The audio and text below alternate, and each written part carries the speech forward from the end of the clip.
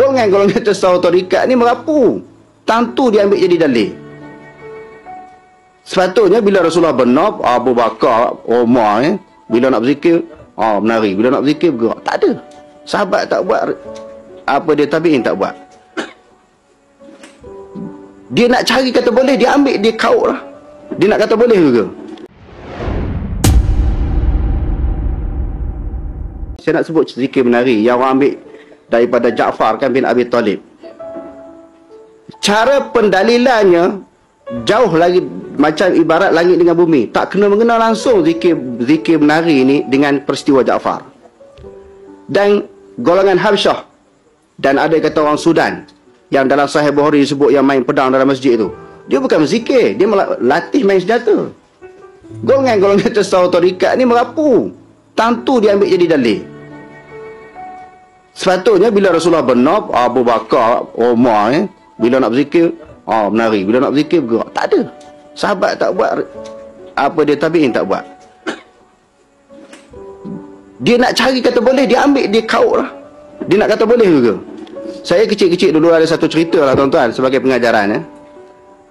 Ada orang tua-tua cerita dulu. Orang bertengkar ni, benda yang tak betul pun dia nak kata betul juga. Dia tengok di tengah padang pasir ada 3 benda yang berwarna hitam. Ada satu benda yang berwarna hitam. 3 orang sahabat kata, oh anjing kot warna hitam tu. Seorang ni kata, burung gagak kot. Seorang ni lagi kata kambing kot.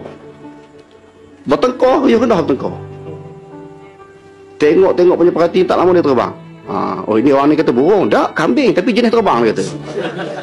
Kambing tapi dia boleh terbang. Maknanya dalil ni tak kena mengena. Dalil yang Ja'far bin Abi Talib tu menggerakkan badan dia ketika Rasulullah puji dia itu, bukan maknanya dia berzikir. Bukan dia berzikir. Dia sekejut, dia seronok lah. Tak kena mengena. Tak boleh jadi dalil.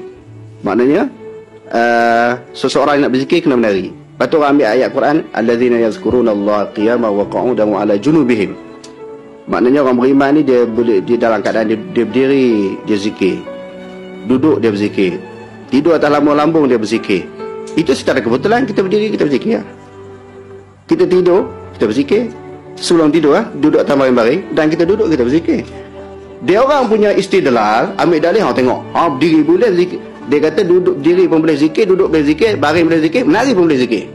Tak kena mengena langsung.